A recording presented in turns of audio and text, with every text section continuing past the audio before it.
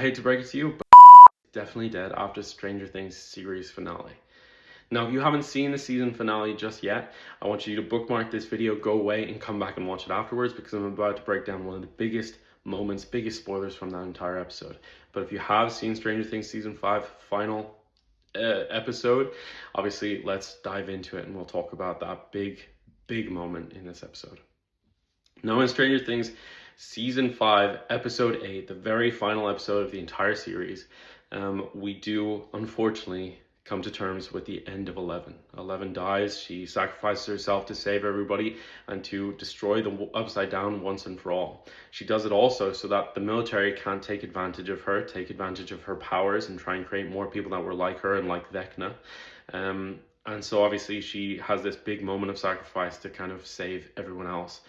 But at the end of the episode, Mike reveals in a D&D campaign what he suspects really happened. And he leaves it kind of ambiguous, but he gives this story about how a mage, referring to Eleven, was not using her powers because the suppressors that were around wouldn't have allowed her to do that. Instead, what happened was her sister, that was further back in the Upside Down and people thought had died earlier, was actually still alive, and she used her power to make it look like Eleven was there in the portal of that Upside Down, and then to allow Eleven to escape invisibly and make sure that everyone thought that she was actually dead.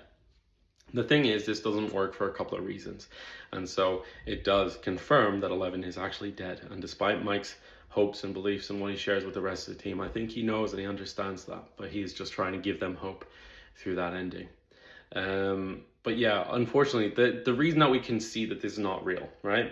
The suppressors that are in range of that, when the suppressors are around, typically it has people bent over in agony. Like they are absolutely dying, the people that have powers. So people like Eleven aren't able to withstand it. They are destroyed. They're doubled over. They can't move. They can't do anything, let alone use powers or run away or hide.